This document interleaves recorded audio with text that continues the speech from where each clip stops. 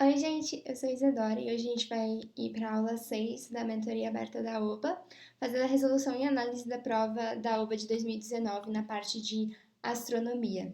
Então, antes da gente começar, eu só queria lembrar vocês do nosso parceiro, a Galera Olímpica, onde eles têm várias notícias, informações, entrevistas até com olímpicos, dicas de estudos e etc. para Olimpíadas. O Insta e o YouTube deles está aparecendo aqui, em algum desses lados. E no mais é isso, vamos começar então com a prova de 2019. A primeira questão é essa daqui.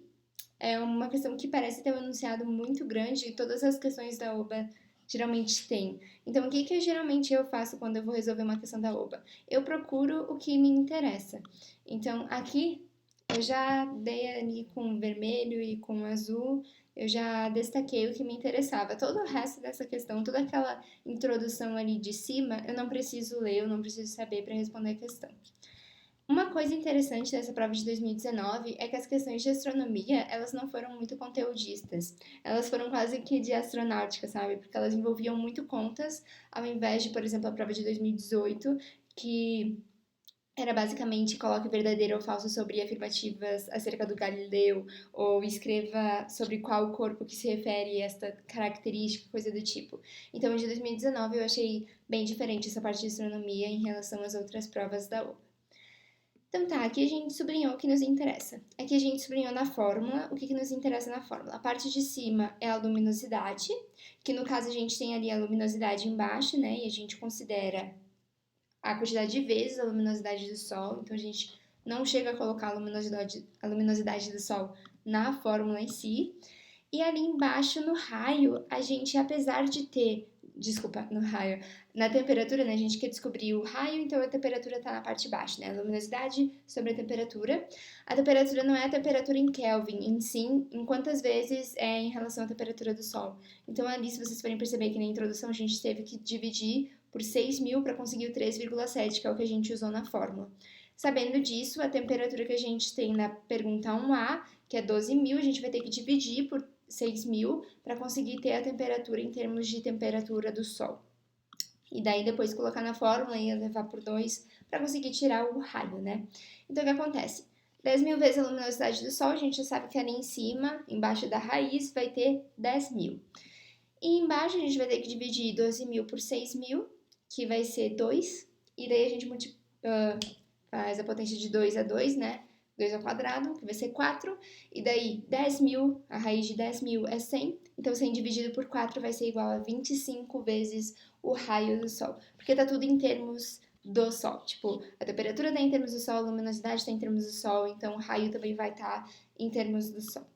E daí essa vai ser a resposta para nossa primeira pergunta, 25 vezes o raio do Sol. E a segunda pergunta é igualzinho, a única diferença é que troca os números. Então ali a gente vai ter a luminosidade como 0,04, porque a gente desconsidera a luminosidade do Sol na fórmula. E a temperatura a gente só divide por 6.000 de novo. Então 24.000 dividido por 6.000 vai ser igual a 4, que ao quadrado é 16.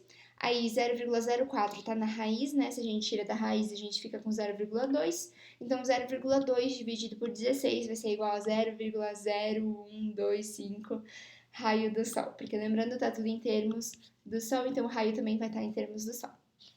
Essa era a questão número 1. Toda aquela introdução gigante, aquela fórmula ali que chega a ser um pouquinho assustadora para quem é novato na OBA, a gente resolveu com simplesmente pegando a informação do enunciado e colocando na fórmula. E mais ou menos é o que a gente sempre vai fazer. O que conta muito na prova da OBA, eu gosto de falar, que é a interpretação. Se você consegue entender o que eles estão te pedindo. Então vamos lá. Pergunta 2, a gente tem toda aquela introdução, mas vamos pular a introdução. Se a gente achar que a gente precisa ler ela, a gente lê depois. Vamos lá. Primeira afirmação que a gente tem que colocar certo ou errado. Lembrando, se te pediram certo ou errado, você coloca certo ou errado. Se você colocar verdadeiro ou falso, você vai perder toda a questão. E vice-versa. Se te pedirem verdadeiro ou falso, você coloca V ou F. Ou você vai perder toda a questão. Né? Então, se você marcar um X, você vai perder toda a questão. Se você colocar C e E, mas era para colocar V e F, você vai perder toda a questão de novo. E assim vai. Então, presta atenção no que o enunciado está te pedindo. Então, vamos lá. Entre março e abril, a velocidade orbital da Terra é maior do que entre maio e junho. Março e abril está aqui, maio e junho está aqui. O que a gente lembra das leis de Kepler? Que quanto mais próximo do Sol, mais rápido a velocidade orbital, né? Maior a velocidade orbital. Então, qual é que está mais perto do Sol? Maio e junho ou março e abril? Março e abril. Então, esse aqui vai ter que ter uma velocidade maior. Entre março e abril, a velocidade orbital da Terra é maior do que maio e junho? Sim, corretíssimo. Então, a primeira ali tá certa. A gente coloca um C. Então, em fevereiro, a velocidade orbital da Terra está aumentando. Uma coisa que você tem que observar é essa setinha. A setinha mostra que a Terra está andando assim, ou seja, quanto mais ela se aproxima do Sol, mais a velocidade aumenta. Quando ela passa do Sol, a velocidade vai diminuindo. Em fevereiro, ela já passou do Sol. Vocês conseguem ver? Tipo, em janeiro é tipo a mais alta velocidade orbital, então em fevereiro ela já vai diminuir. Em fevereiro a velocidade orbital da Terra está aumentando? Não, ela está diminuindo. Ela vai estar aumentando entre julho e janeiro e diminuindo entre janeiro e julho. Deu para entender? Tipo, de julho a janeiro aumenta, de janeiro a julho diminui. Fevereiro está entre janeiro e julho, então vai estar diminuindo. Essa opção aqui está errada. Terceira afirmativa, né? A força da gravidade do Sol é a mesma em todos os pontos da órbita da Terra. A força da gravidade, se a gente lembrar lá da formulazinha, ela leva em consideração, por exemplo, o raio? Sim, ela leva. Então, se a Terra não é um ponto, e sim um planeta, né? A Terra tem um raio, então os lugares, o relevo tem altitudes, então a gravidade ela vai mudar um pouquinho. Vai ser tipo muito pouco, vai ser quase imperceptível, mas vai mudar, né? Então, errado. Penúltima afirmativa. Pela terceira lei de Kepler, podemos afirmar que em julho a velocidade orbital da Terra é a menor. Então, a gente tinha falado sobre isso antes. Que em janeiro a gente ia ter a maior velocidade orbital e em julho a gente ia ter a menor velocidade orbital. O que acontece? É que não é a terceira lei de Kepler que fala isso. Essa é a pegadinha da questão. Na verdade, é a segunda lei de Kepler que demonstra que em janeiro a velocidade vai ser maior e em julho vai ser menor. Então essa daí vai estar errada não porque a afirmação do em julho ser menor está errada, e sim porque não é a terceira lei de Kepler, e sim a segunda.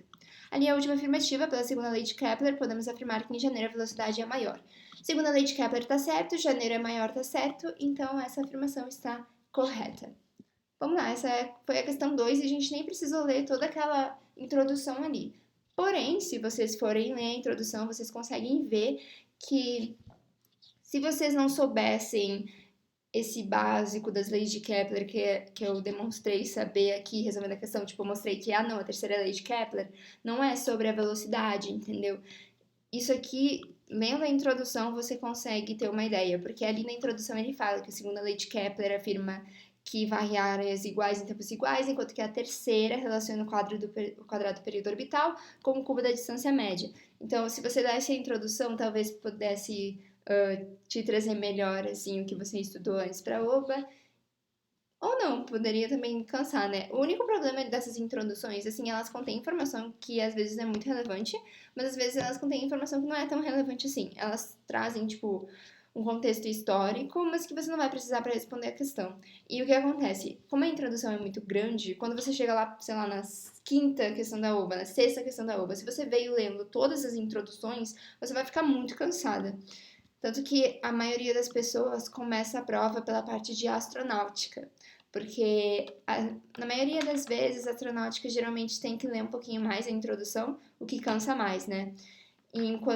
Mas eu gosto de começar pela astronomia, porque geralmente, tirando essa prova de 2019, que tá bem mais relacionada com a astronáutica, a astronomia geralmente tem aquela decoreba que eu chamo, sabe? Que você tem que saber o que Galileu fez, por exemplo, que caiu em 2018. Você tem que saber as características dos planetas, que caiu também em 2018. Então, geralmente eu faço a parte de astronomia antes, porque tem essa decoreba e eu gosto de chegar e já tirar toda a decoreba que eu tinha, sabe? Porque senão depois você pode esquecer, né? Vai, né? Mas isso é de cada um. Faz um teste, tipo um simulado da OBA com as provas anteriores e tenta de diferentes maneiras. Tenta começar com a astronáutica primeiro, tenta começar com a astronomia primeiro e ver o que funciona melhor pra você. Vamos lá, terceira questão. Terceira questão eu acho que é mais de lógica, assim, né? Nossa, até já tá o xizinho aqui. Tudo bem, desculpa, vamos fingir que o xizinho não tá aqui. Terceiro A. Baseado no que você acabou de ler, faça um X debaixo da imagem que apresenta a fase da Lua no dia do pouso do Apollo 11. Você pode ler toda a introdução, mas o que interessa é que o pouso da Apollo 11 deveria acontecer pouco depois de o Sol ter nascido no local escolhido, o Mar da Tranquilidade. Então, se você ler o livro, você consegue ver. O Mar da Tranquilidade já está marcado ali com uma bolinha branca ali na Lua. Então, o que acontece? Pouco depois de o Sol ter nascido. É a do meio, porque ali não tá na região escura. A primeira opção da Lua que aparece, ela ainda está na região escura, então o Sol ainda não nasceu. A segunda opção é a certa. Ela não tá na região escura, o Sol já nasceu e a região escura está bem próximo, quer dizer que ele acabou de nascer. Enquanto que na terceira opção, a região escura está muito longe do pouso, digamos assim. Então o Sol não acabou de nascer, ele já nasceu faz muito tempo. Lembrando que a Lua ela tem 29 fases. Então, assim, a diferença entre esse acabou de nascer, entre o Mar da Tranquilidade, lá na terceira opção de Lua, entre o Mar da Tranquilidade e onde está a parte escura, né, que não tem o Sol, é tipo dias e dias, não é um pouco depois. Então isso é uma coisa legal de perceber, né? E daí, na terceira B, nossa, acabei de mostrar aqui, é mais ou menos a mesma lógica que a gente usou para a primeira. De lembrar que a Lua tem 29 fases, né? Digamos assim, apesar de só 4 delas terem nomes específicos, a Lua tem 29 fases. Então, o que acontece? Aquela posição exata que a gente escolheu aqui na terceira A, ela só vai acontecer, tipo, uma vez a cada 29 dias. E 29 dias é praticamente um mês, certo? Então, o que acontece? A opção certa vai ser em apenas 1 ou 2 dias do mês, porque pode acontecer de que é perto de meia-noite ali, entendeu? Então vai ser em um dia bem, bem de noite e o outro dia bem, bem de madrugada, sabe? Então 1 ou 2 dias tá ok ainda. Claro que se tivesse um dia no mês, talvez seria um pouquinho melhor, mas não tem essa opção, então a gente pega a que é mais próxima do que tá certo, né? Então sempre que a lua estivesse no perigeu, não tem nenhuma relação. Uma semana por ano não, a Lua não tem uma fase durante todo o ano.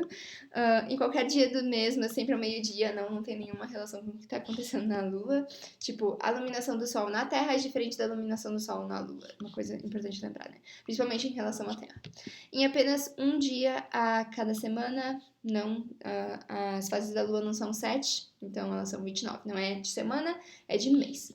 Então, por isso que ficou aí em apenas 1 ou 2 dias a cada mês. Ok, ótimo. Vamos para a quarta questão. Então, tem baita de uma introdução e tudo mais. Tadana. O que a gente faz? A gente destaca o que interessa. Então, o que interessa ali? A velocidade, 2 milhões de toneladas por segundo, a massa da Terra que eles deram e o ano, né? Então, olha só, a gente tem medidas de velocidade, massa e tempo. Sempre que eles te dão alguma informação, alguma variável, geralmente você vai usar. O que você faz com velocidade, massa e tempo? Se vocês forem perceber, a velocidade está em termos de massa por tempo. Ou seja, com certeza a gente vai ter que usar isso, entendeu?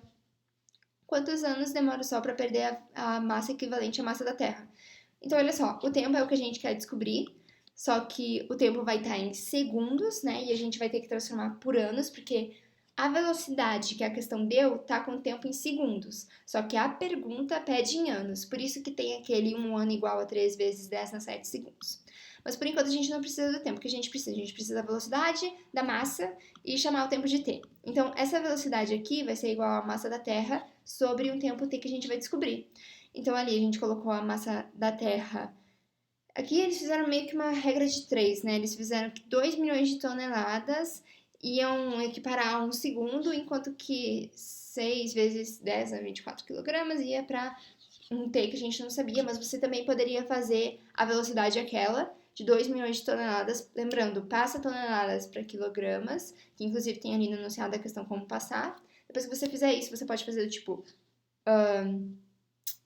2 bilhões de toneladas sobre 1 segundo igual a 6 vezes 10 na 24 quilogramas dividido por T, que é o que a gente quer descobrir. E daí quando a gente descobre T, a gente descobriu que T é 3 vezes 10 na 15 segundos, porque na velocidade a gente estava usando o tempo em função de segundos.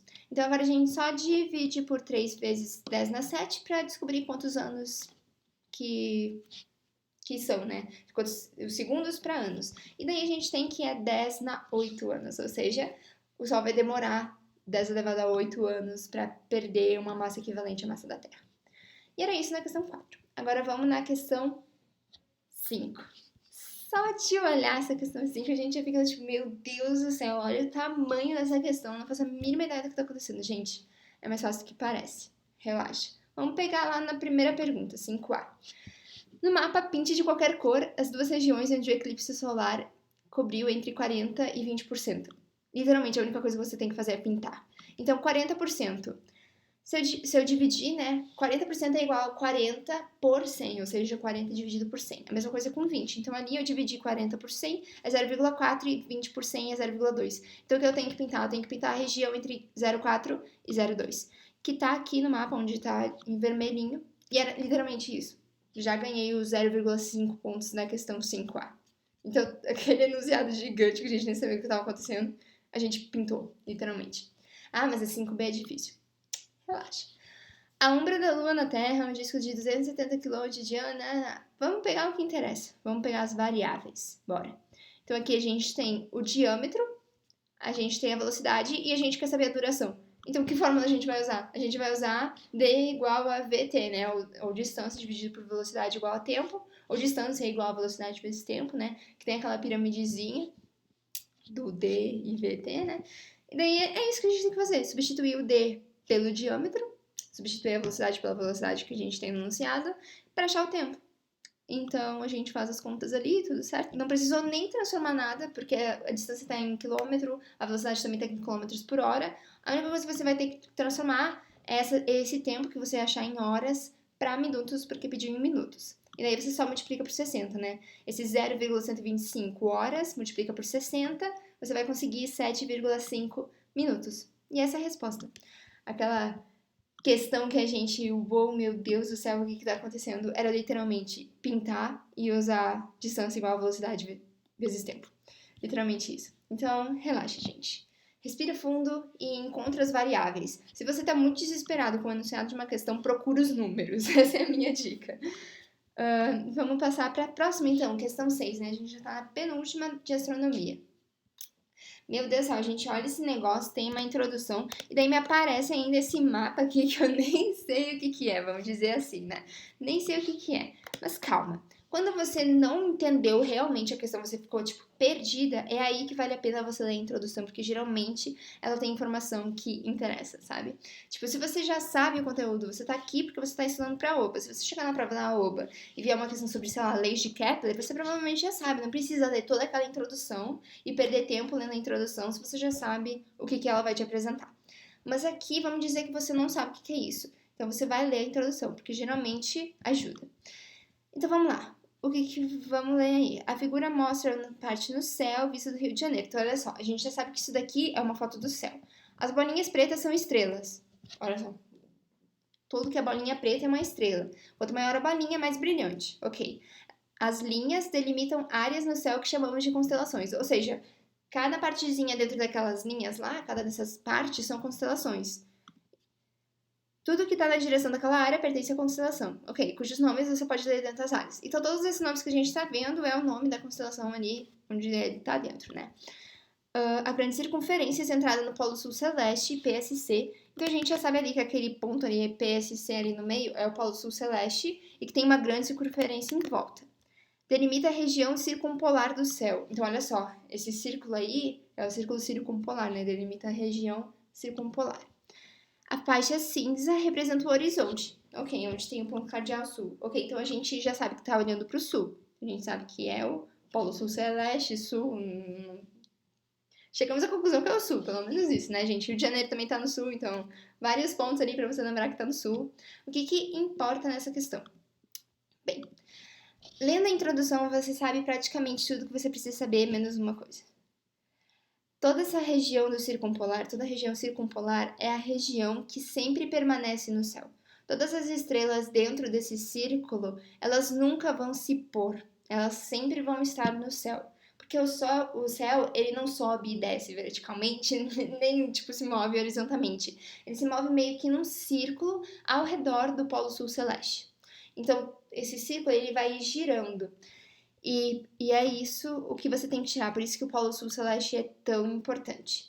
Outra coisa é que ele gira no sentido horário. Eu não sei se aparece horário aqui pra vocês. Pra mim é horário aqui, talvez seja horário aqui pra vocês. Mas o que interessa é que ele vai girar no sentido horário. E isso também é muito importante porque muito provavelmente nessa questão eles vão perguntar sobre algumas estrelas que provavelmente, olha, será que essas estrelas se põem? Será que não se põem? Será que daqui a algumas horas ela vai se pôr? Então, tem que saber que também é sentido horário. Se você decorar que é só sentido horário, por ser sentido horário, você já sabe que gira como se fosse um círculo. Então é uma boa só decorar, tipo, sentido horário. Ok. Vamos pegar a primeira, então. Sabendo tudo aquilo na introdução, mais o fato que gira no sentido horário, você tem tudo o que você precisa para gabaritar essa questão. Então vamos lá. Todas as estrelas da constelação do Camaleão estão sempre acima do horizonte. Onde é que está a constelação do Camaleão? Está aqui. Vamos lá, vamos ver as linhas que delimitam. As linhas que delimitam estão aqui, né? Vocês estão vendo as linhas? Elas estão fora do círculo circumpolar? Não. O que eu falei sobre o círculo circumpolar? Que tudo que está dentro dele sempre fica no céu. Então, se toda a constelação Camaleão está dentro do círculo, quer dizer que ela sempre vai ficar no céu. Ou seja, estão sempre acima do horizonte, certo. Primeiro ali, certinho. Segundo, todas as estrelas da constelação de Dourado estão sempre acima do horizonte. Onde é que está Dourado? Está aqui embaixo. Tem estrela da constelação de Dourado fora do círculo? Tem várias. Inclusive, são poucas as estrelas que estão dentro do círculo. Ou seja, tá errado, porque elas não estão sempre acima do horizonte. A maior parte do tempo, elas... A maior parte não, né? Mas grande parte do tempo elas vão estar abaixo da linha do horizonte. Terceira opção ali. Em poucas horas, a constelação do Cruzeiro do Sul estará completamente abaixo do horizonte. O Cruzeiro do Sul tá aqui. Vocês lembram que eu falei? O céu ele vai girar no sentido horário. Então, quando ele girar para cá, que no caso vai ser para cá para vocês, né? Porque fica meio refletido aqui no vídeo. O Cruzeiro do Sul ele vai sumir, porque ele tá girando no sentido horário, ou seja, o Cruzeiro do Sul vai ir abaixando no céu, vai ir se aproximando da linha do horizonte, entendeu? Então ele vai sumir, ele vai ficar abaixo da linha do horizonte. Então essa daí tá corretíssima. Vamos lá. Nem todas as estrelas da constelação da Mosca são circumpolares. Aqui é a Mosca. Vamos olhar aqui, tá falando que nem todas, ou seja, se tá falando que nem todas, quer dizer que algumas são e algumas não são. Isso é verdade? Sim, porque tem algumas estrelas da constelação da Mosca dentro do círculo e tem outras que estão fora do círculo. Então, certinho. Passando para a última aqui. O céu todo nos parece girar em torno de um ponto dentro da constelação do Oitante. Qual é o ponto que o céu gira em torno? O Polo Sul Celeste, que está ali, o PSC, tá vendo aqui? E aí, qual é a constelação que ele está dentro? Do Oitante, tá vendo que a estrela ali, que provavelmente é em relação... Tipo, o ponto está dentro da constelação do Oitante? Então, tá dentro, então tudo certo, ele pertence na constelação do Oitante, certinho. Então, esse é o gabarito, certo, errado, certo, certo, certo. Então, era basicamente isso. Vocês conseguiram ver que, sabendo o que a introdução nos deu e que o céu gira no sentido horário, a gente gabaritou tudo. Se a gente não soubesse que o céu gira no sentido horário, a gente só ia errar uma. Ou seja, se você não sabe nada sobre a questão, deu um pânico, aí você lê a introdução, porque muito provavelmente vai te ajudar bastante. E vamos lá, né? Última questão da área de astronomia. Tem uma grande introdução, vocês já sabem como é que eu faço, eu procuro os números. Então eu procurei os números e destaquei isso aqui. Eu destaquei que o diâmetro angular é isso aqui, ou seja, está em ângulos, provavelmente, né? Então, o diâmetro angular tá ali, né? 360 graus é uma coisa importante de notar, é um número constante, não vai mudar. Diâmetro aqui é o diâmetro físico, então olha só, verde com verde. A distância é a distância aqui, né, em quilômetros. E é isso que a gente precisa saber. O que a gente vai fazer agora, a gente vai substituir os valores ali pelos valores da forma. Então, o que acontece? O diâmetro é o diâmetro, que a gente não sabe, a gente quer descobrir. O diâmetro angular a gente sabe, é 0,5, então a gente colocou aqui na fórmula. E a distância a gente também sabe, que é 384 mil quilômetros, colocamos na fórmula. Uma coisa que a gente fez aqui nessa fórmula aqui meio diferente é que a gente pegou esse 2π distância e passou multiplicando, né? Porque estava dividindo, passou multiplicando para isolar o diâmetro físico, que é o que a gente quer encontrar. Então, se a gente resolver tudo aqui, né? 2π vezes a distância, que é 5 quilômetros, vezes o diâmetro angular, que é esse aqui, dividido por 360 graus, vai ser igual, né, a 0,5 vezes 6.400 vai ser igual a 3.200 quilômetros. Ou seja, O diâmetro físico é 3.200 quilômetros, tá aqui em verdinho. Essa é a resposta, não tem mais o que fazer, né? E uma coisa que dá pra perceber, quando você tem pi, geralmente eles vão pedir pra você considerar como 3, não precisa fazer 3,14, sabe? É uma coisa que ajuda bastante a perceber isso. Vamos pro próximo, então. 7b. Através dessa mesma equação, calcule o diâmetro angular. Então, a gente quer saber o diâmetro angular, o laranjinha, dado o diâmetro da Terra. Então, olha só, um diâmetro físico. Então, o verde a gente sabe. Porém, tá faltando uma coisa. A gente quer saber o diâmetro angular, só que a gente não tem a distância. A gente não tem esse negocinho rosa aqui para calcular. O que a gente vai fazer? Calma. Se vocês forem perceber, essa letra B, ela é a mesma coisa que a letra A, só que é o contrário. A letra A, ela tinha um observador na Terra olhando para a Lua. E agora o que a gente vai ter? A gente vai ter um observador na Lua olhando para a Terra. Então o que vai acontecer? A distância Lua-Terra, que é a distância rosinha, não vai mudar. Se eu falar que, tipo, eu tô a 1 palmo de distância dessa garrafa, é a mesma coisa que eu dizer que a garrafa tá 1 palmo de distância de mim, né? Ela não vai estar a 2 palmos de repente só porque eu mudei o ponto de observação. E é isso que acontece aqui. Essa distância rosa que a gente não sabe, mas na verdade a gente sabe. É a mesma da anterior. A gente só tinha que ter essa sacada que em uma a gente estava falando da Terra para a Lua e agora a gente está da Lua para a Terra. Mas que a distância Lua-Terra não muda. Então a gente pode usar a mesma. Então, resolvendo isso, né, a gente pega ali a distância de 384.000 que estava na questão anterior e agora a gente só substitui ali na fórmula e calcula tudo. O que eu fiz aqui? Eu isolei o diâmetro angular, então eu passei esse 360 graus que estava dividindo, multiplicando.